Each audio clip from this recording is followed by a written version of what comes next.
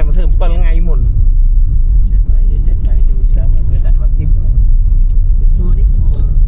cái tim kẹp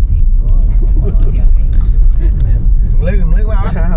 thì cái trâu một lần giúp lên đèn tinh ót đi giúp bị đây thế nào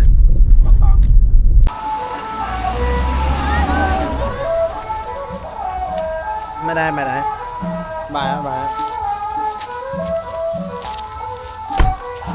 liền khao bạc nam mới biết mi pẹ ra đau mà tao lại pẹ ra đau ấy nè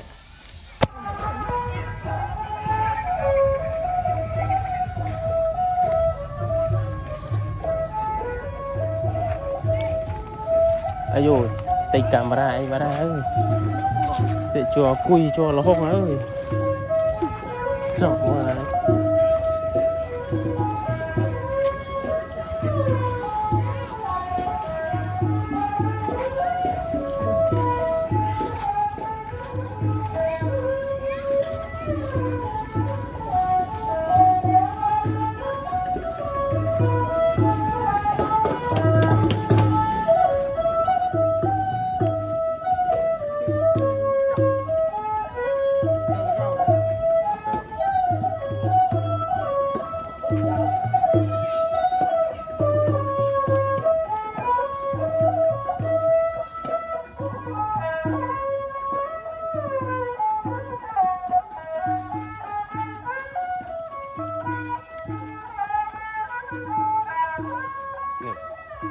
no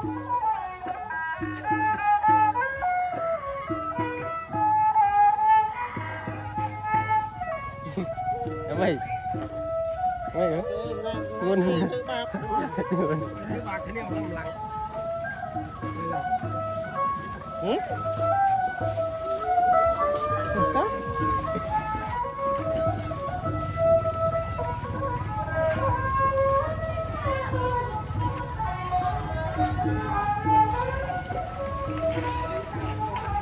rồi mà cái giờ ly riêng quá rồi mình cho ly chèo mà em xây mà mơn đó xây gì mà man theo chứ ô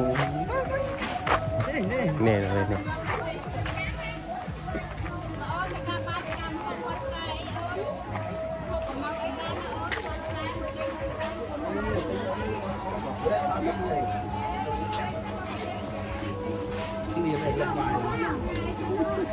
anh ấy ăn cái đá rồi cái đá ăn gì vậy đây chồng anh ấy mà chỉ cả mà này mà mơ nè mà đã anh mà chỉ cả miền bài á bài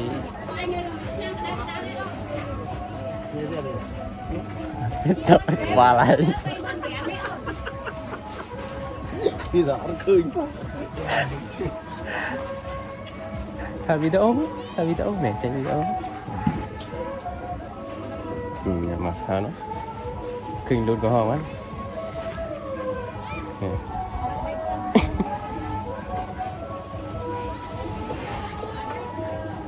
this is the frog boat kẹp boat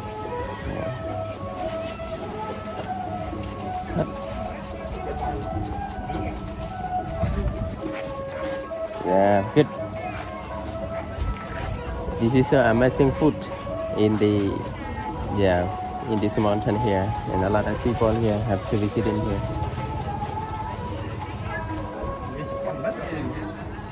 yeah English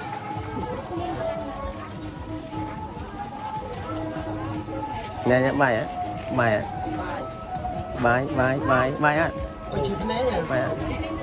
đặt bài tầm mũi bài đây anh ấy mũi bài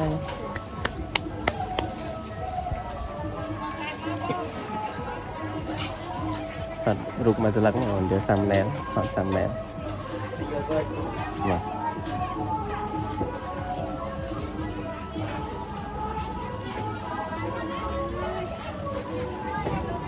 bà hả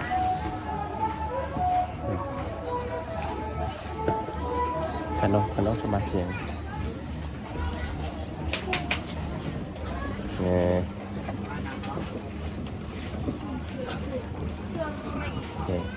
giờ tao muối không tại chứ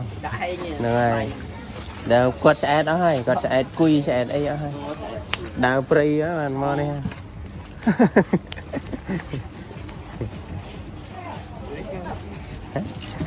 kẹp bọc muối nữa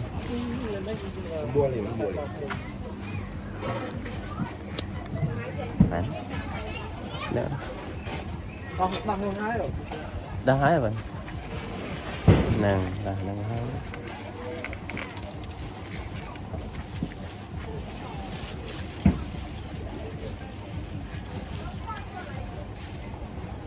này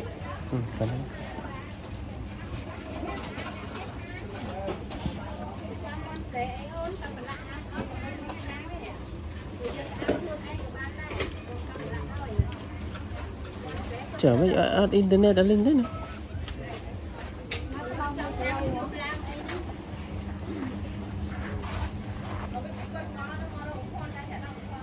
chầm một bó tón rồi chầm đi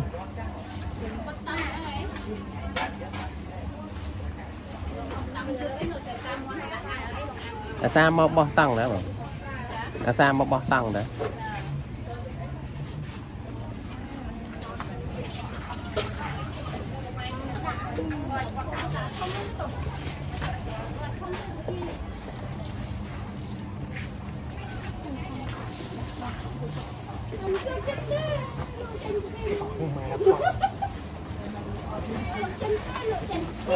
má rồi mơn một con này tật mũi điên bao nhiêu mơn pi ấy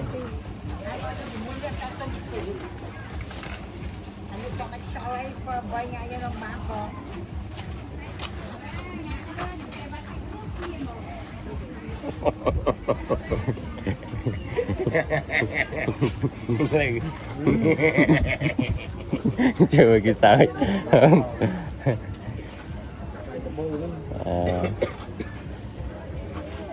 there's many people in here.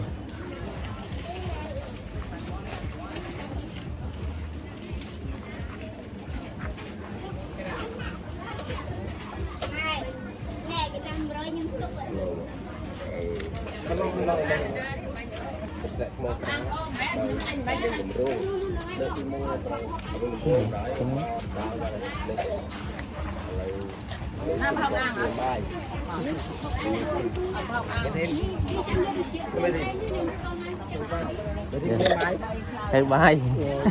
Hello. Ô, nó đi mong vô nè.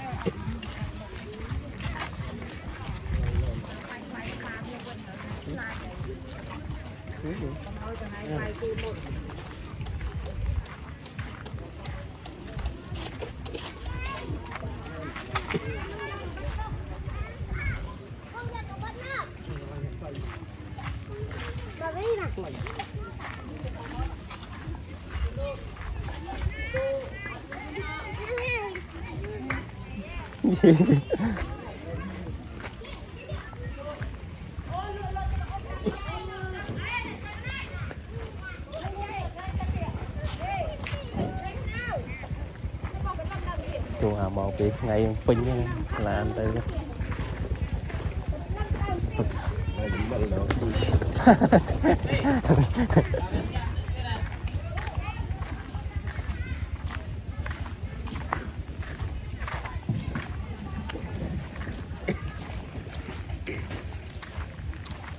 Trời mà mọi chứ bạn mau bị bật ấy là rồi tập béo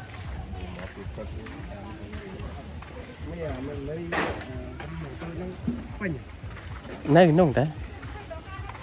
đi giờ ăn pin như thế này tập béo này hả ăn luôn